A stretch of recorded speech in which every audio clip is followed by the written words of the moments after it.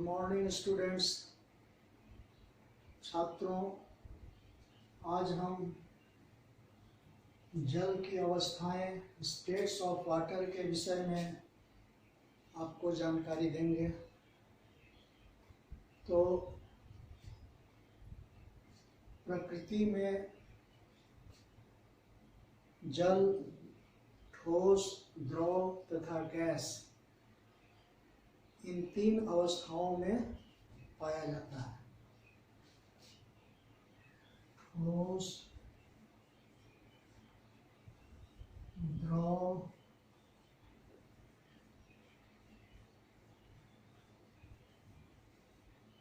तथा गैसीय अवस्था में पाया जाता है। जल का ठोस रूप बर्फ तथा ओला है।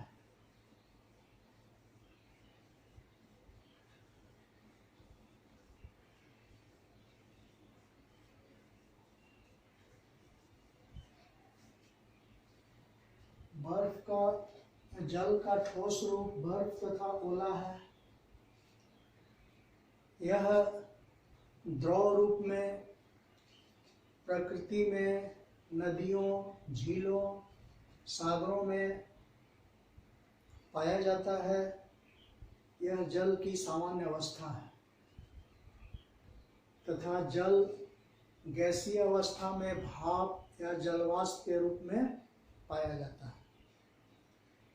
जल की तीनों अवस्थाओं अर्थात ठोस, द्रव तथा गैसीय अवस्था का रूपांतरण प्रकृति में जल चक्र, वाटर साइकिल के दौरान होता रहता है। तो ये जल का द्रव रूप,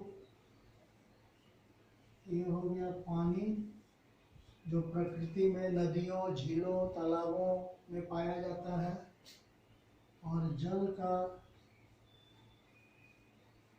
गैसीय अवस्था या गैसीय रूप हो गया भाप और जलवाष्प।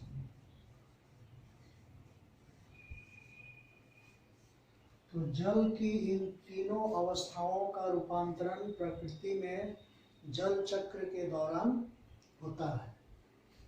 तो जल चक्र को देखें हम लोग,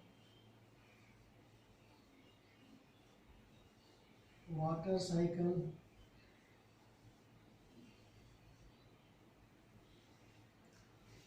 तो पृथ्वी से वायुमंडल तथा वायुमंडल से पृथ्वी पर जल का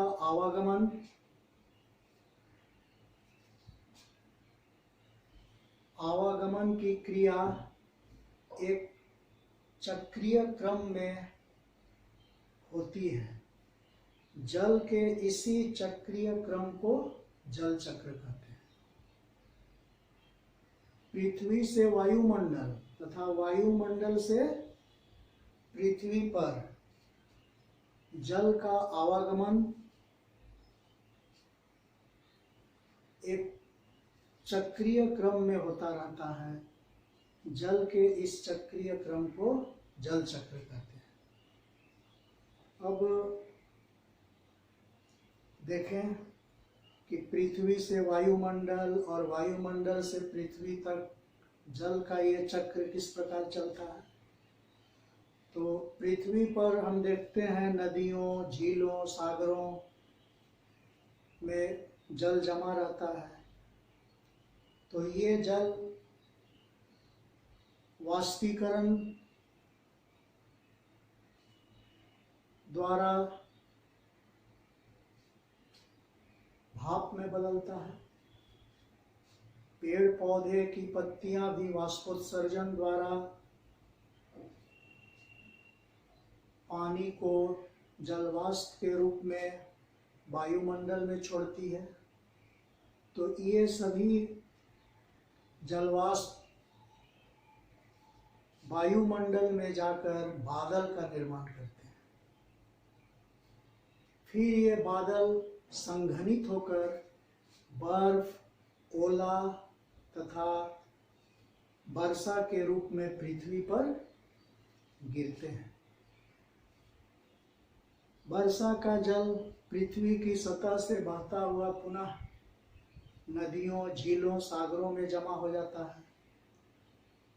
कुछ वर्षा का जल मिट्टी से रिसकर चट्टानों की दरारों से होता हुआ नीचे चट्टानों की सतह पर जमा होता है, जिसे हम पुनः चापाकल, नलकूप द्वारा पृथ्वी की सतह पर लाते हैं।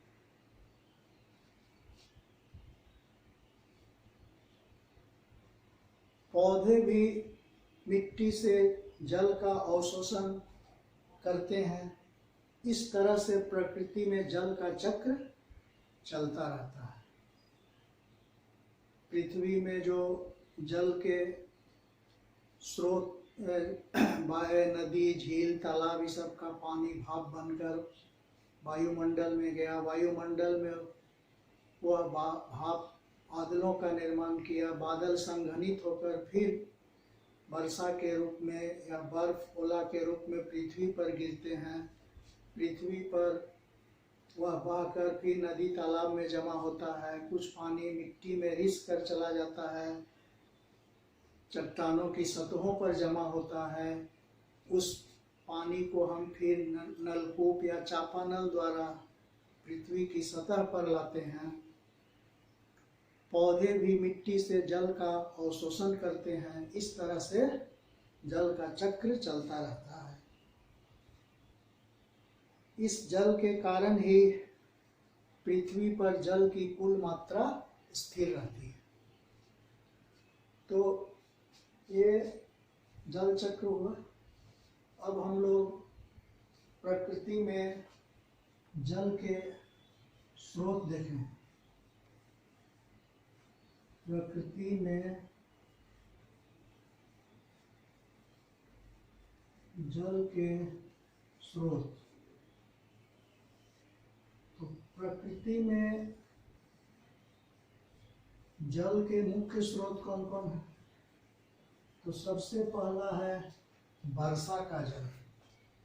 प्रकृति में जल का मुख्य स्रोत वर्षा का जल है। भारत में कृषि वर्षा के जल पर ही निर्भर करती है। वायुमंडलीय प्रदूषण के कारण औद्योगिक क्षेत्रों में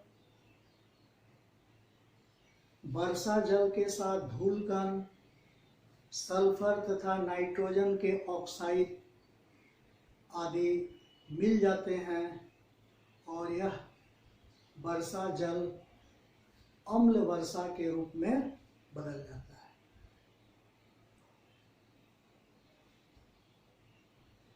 ताजमहल आगरा में धीरे धीरे उसके रंग में पीलापन आ रहा है। इसका कारण भी अम्ल वर्षा ही है। तो ये अम्ल वर्षा, एसिड रेन क्या है? तो वायुमंडल में प्रदूषण के कारण औद्योगिक क्षेत्रों में वर्षा के जल के साथ धूल कण, नाइट्रोजन तथा सल्फर के ऑक्साइड जल में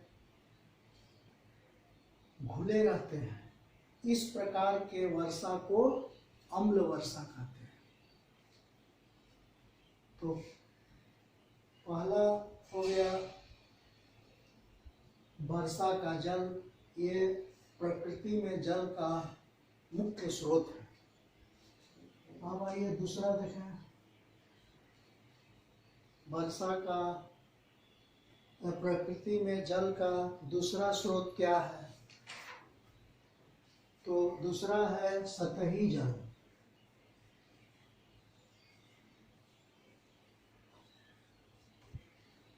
वर्षा का जल पृथ्वी की सतह से बहता हुआ नदियों, झीलों तथा सागरों में जाकर इकट्ठा हो जाता है। यह है सतही जल। और तीसरा है भूमिगत जल।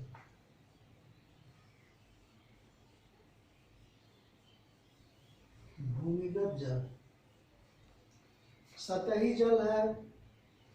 वर्षा जल का अधिकांश भाग पृथ्वी की सतह से बहता हुआ नदियों, तालाबों, झीलों, सागरों में इकट्ठा हो जाता है।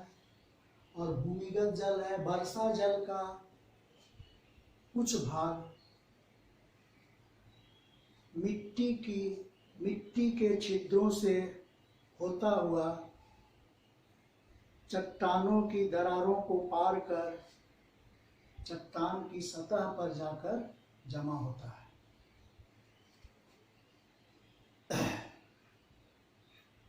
जल के इस प्रकार रीस कर नीचे चट्टानों की सतह पर जमा होने की क्रिया को इनफिल्ट्रेशन कहते हैं। भूमि के नीचे वाले सतही जल को भूमिगत जल कहा जाता है। तो ये भूमिगत जल प्रकृति में जल का तीसरा स्रोत है। इस भूमिगत जल के ऊपरी सतह को भौम जल स्तर कहा जाता है। इसकी ऊंचाई अलग अलग क्षेत्रों में अलग अलग होती है। चापाकल तथा नलकूप द्वारा पानी इसी स्तर से निकाला जाता है। तो भूमिगत जल का इस्तेमाल हम लोग चापाकल या कुआं खोदकर या नलकूपों द्वारा प्राप्त करते हैं। तो धीरे धीरे कई कारणों से इन भूमिगत जल स्तर में कमी देख रहे हैं। तो बढ़ती मानव जनसंख्या तथा जल की मांग पृथ्वी के जल स्रोतों पर गहरा दबाव उत्पन्न कर रही है। आबादी दिनों दिन बढ़ रही है, पानी की मांग बढ़ रही है। इसके चलते जो प्रकृति में जल का स्रोत है उस पर दबाव बहुत पड़ रहा है। हमारे यहाँ 70% जो भूमंडलीय स्वच्छ जल है, सिंचाई में हम उसका इस्तेमाल करते हैं ताकि खेतों में बढ़ती जनसंख्या को भोजन उपलब्ध कराने के लिए उपज लिया जा सके।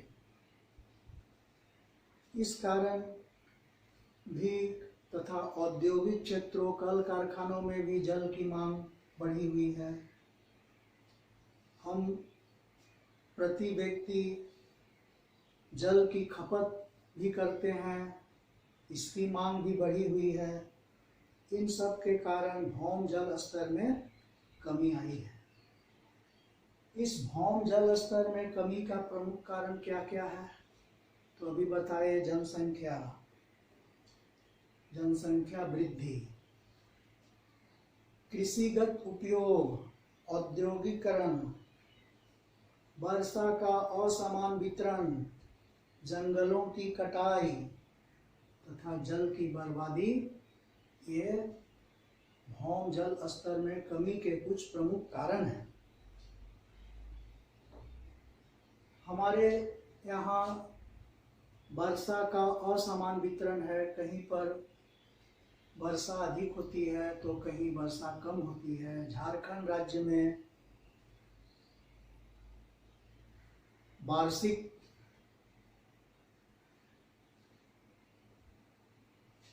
वर्षा 140 से 160 सेंटीमीटर है। इसका 80% जून से सितंबर माह के मध्य तक हमें प्राप्त होता है। वर्षा के द्वारा जून माह से सितंबर माह के मध्य तक हमको ये 80% वर्षा का जल प्राप्त हो जाता है। अब पूर्वी भाग में प्रमुखतः बंगाल की खाड़ी से तथा मध्यवर्ती और पश्चिमी भाग में बंगाल की खाड़ी और अरब सागर से हमें वर्षा के लिए जल प्राप्त होता है। इसी तरह से कुछ झारखंड राज्य के जिले हैं, कहीं 120 से 140 सेंटीमीटर वार्षिक वर्षा होती है, कहीं 140 से 160 सेंटीमीटर। इस तरह से हर एक जगह एक जैसी वर्षा नहीं होती है। ये वर्षा का असमान वितरण भी भौम जल स्तर में कमी का एक प्रमुख कारण है। तो इस तरह से हमने आज जल की अवस्थाएं, जल चक्र, प्रकृति में जल के स्रोत के बारे में जाना। अब आप इनका स्वाध्याय करेंगे। अगली कक्षा में